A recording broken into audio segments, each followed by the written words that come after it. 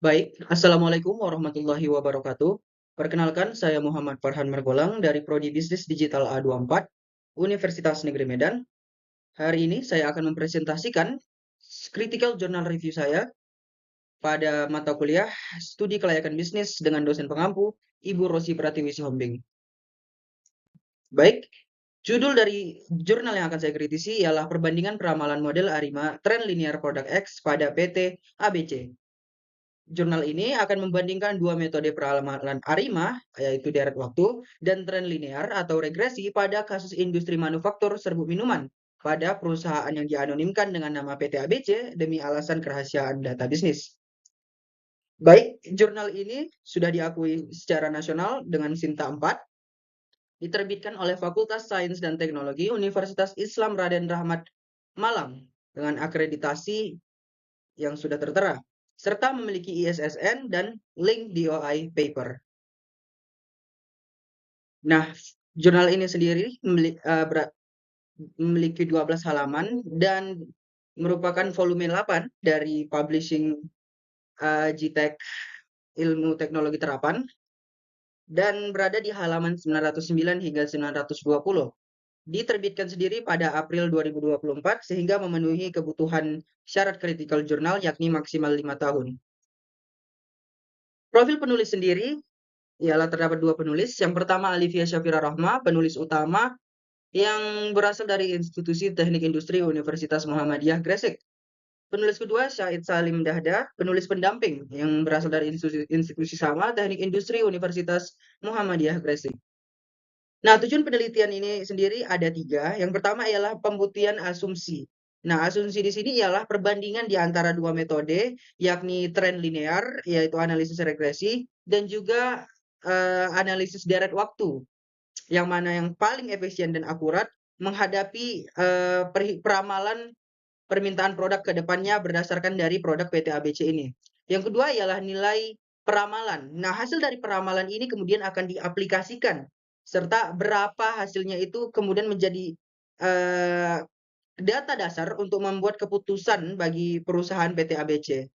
Nah, optimasi make to stock itu keputusan bagaimana perusahaan keputusannya menyesuaikan stok-stok barang, bagaimana agar tidak berlebih ataupun kekurangan, serta bagaimana hasil peramalan tersebut berguna bagi perusahaan menentukan hasil penjualannya di masa depan. Nah, dalam jurnal ini sendiri, PT ABC memiliki 36 data jualan bulanan sebelumnya, artinya 3 tahunan, dan ingin memprediksi kebutuhan memprediksi demand produk mereka pada tahun 2024 yang berarti dari periode 37 hingga ke 48.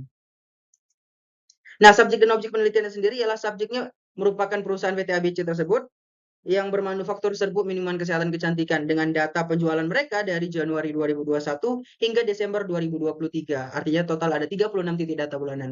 Objek penelitiannya sendiri ialah data permintaan dari produk X serta menghitung permintaan demand mereka dengan fluktuatif data tren penjualan mereka dari tahun yang lalu dengan rentang nilai 13.000 hingga 19.000 unit per bulan. Nah, metodenya sendiri sudah saya jelaskan tadi ada 2. Yang pertama ialah ARIMA dan juga tren linear. Berikut adalah ringkasan dari bagaimana metode itu dijalankan di sini. Nah, baik kita mulai dari metode pertama yaitu meramal permintaan produk PT ABC dengan metode ARIMA atau time series. Nah, kita bisa lihat di sini ada data demand produk dari produk X PT ABC yang terlihat fluktuatif menurun dari Januari 2021 yang dipastikan di atas 17.000 unit produk menjadi hanya 13.000 di akhir tahun 2023 yang menunjukkan bahwa angkanya itu kian menurun tiap tahunnya. Nah, namun kita nggak hanya bisa mengambil kesimpulan seperti itu saja, karena di sini ada perubahan yang tidak stabil atau terdapat tren perubahan yang tidak bisa dibaca. Nah, oleh karena itu pentingnya kita melakukan diferensiasi. Nah, dalam ini kita melihat perubahan-perubahan penjualan dan tiap bulanannya itu seberapa banyak itu jurnalnya tampilkan dalam grafik ini, menjadikannya diferensiasi pertama namun terlihat masih tidak stabil karena masih ada pengaruh perubahan tren yang cukup tajam. Nah, selanjutnya kita ubah lagi ke diferensiasi kedua. Melalui diferensiasi pertama itu kita pelajari berapa perubahannya, lalu kita masukkan ke grafik berapa perbedaannya dan di sini mulai terlihat kalau dia mulai stabil atau stasioner dan tidak adanya tren pada grafik yang membuat ia terlalu panjang ataupun terlalu pendek. Nah, dari hasil grafik diferensiasi kedua ini dihasilkan 3 kandidat model ARIMA, yaitu 0,11, 110, dan 111. Dengan probabilitas ketidakakuratan mencapai 5% maksimal atau probabilitas di bawah alfa, dan apabila di atas 5% maka modelnya tidak akan dipakai karena terhitung tidak cukup akurat. Nah, untuk 1,0,1 atau PQD ini saya akan jelaskan dulu. Nah, model pertama ialah 0,1,1 yang berarti 0 ini melihat tidak adanya jualan kemarin. Sementara 1 itu melihat selisihnya dan 1 kanan itu memakai info meleset yang kemarin. Hasilnya parameter ini layak karena probabilitas value-nya itu masih di bawah 5 sehingga lolos untuk dipakai sebagai model. Nah, selanjutnya ialah ARIMA 1,1,0.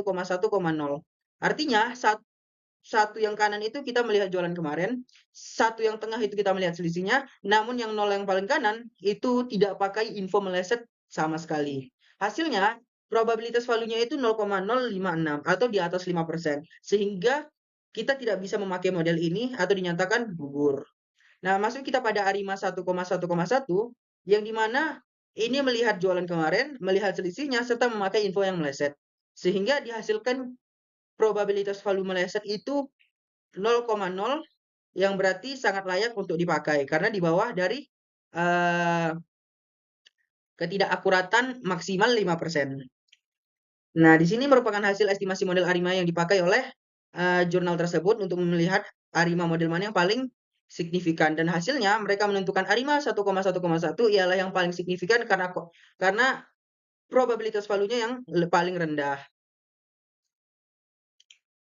Nah, setelah kita mendapat model ARIMA yang paling baik dengan keakuratan paling tinggi, maka kemudian kita masukkan rumus time series, yaitu variabel dependen waktu, dan perhitungannya kita menggunakan rumus ini.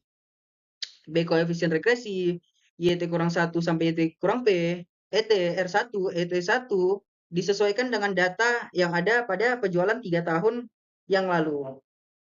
Nah, didapatkan hasilnya menggunakan perhitungan model ARIMA 1,1,1, periode 37 atau Januari 2024 akan menghasilkan rata-rata penjualan 13.170 unit dengan minimal 12.000 unit dan maksimal 14.000 unit.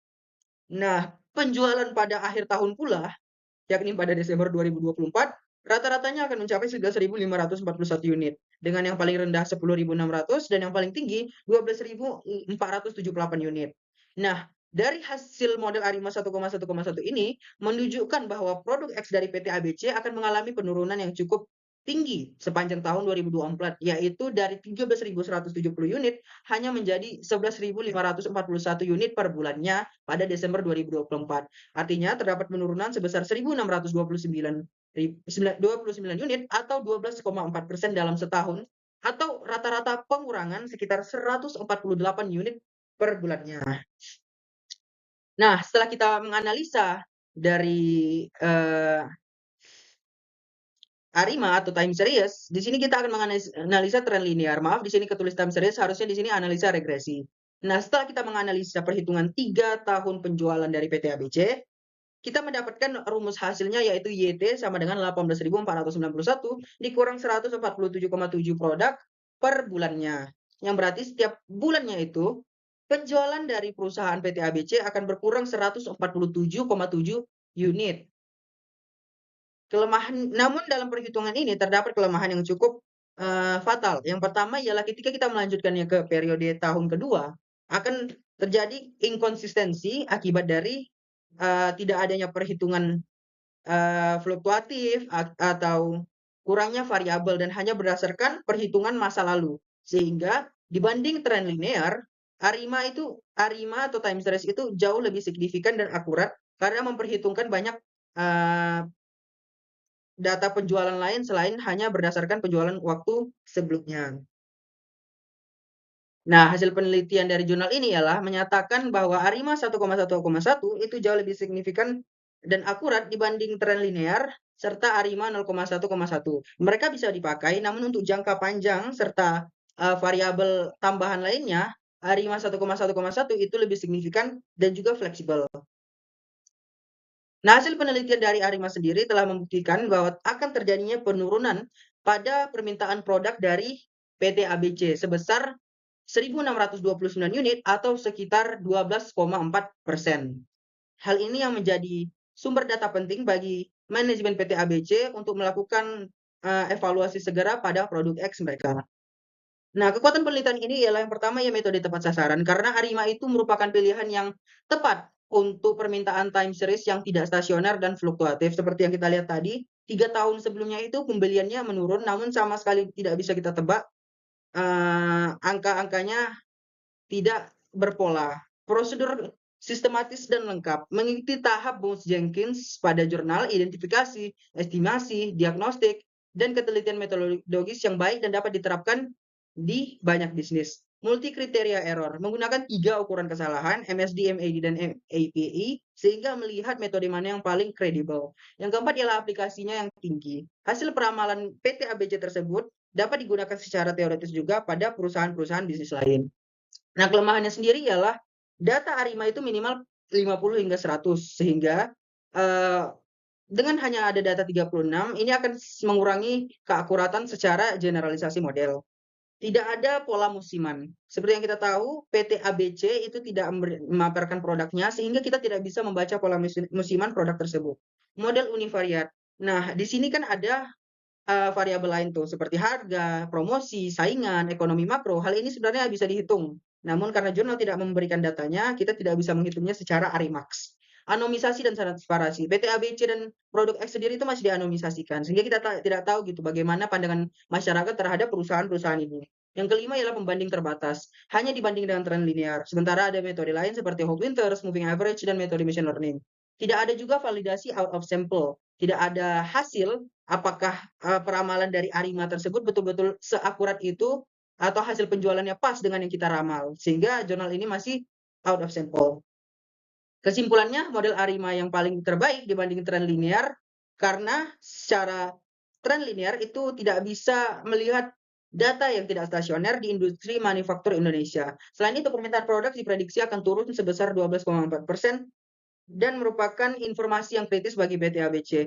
Jurnal sendiri memenuhi syarat Sinta 4 dan telah diterbitkan pada 2024, artinya masih di bawah 5 tahun yang lalu. Metode time series dan mengikuti prosedur ilmiah yang valid. Namun tetap perlu ada pengembangan seperti pola musiman, pembacaan variabel yang lain, dan validasi out of sample yang dapat meningkatkan keakuratan prediksi ini.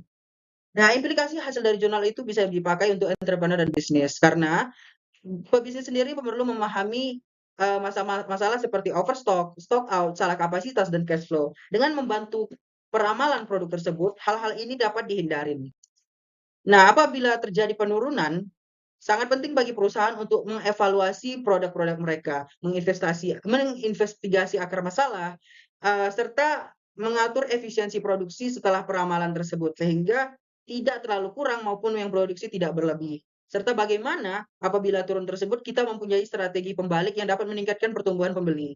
Seperti promosi yang sesuai strategis, pengembangan produk yang lebih variatif, dan membantu bagaimana perusahaan itu bisa memiliki lebih banyak demand setelah kita mengetahui kalau produknya itu ternyata menurun secara permintaan. Nah, cara implementasi dari jurnal tersebut ialah kumpulkan data historis menggunakan software, ikuti prosedur Bose-Jenkins, update berkala, kombinasi dengan institusi bisnis, serta mengembangkannya Arimax atau Sarima. Baik, terima kasih atas kesempatannya kepada Ibu Rosi Pratiwi.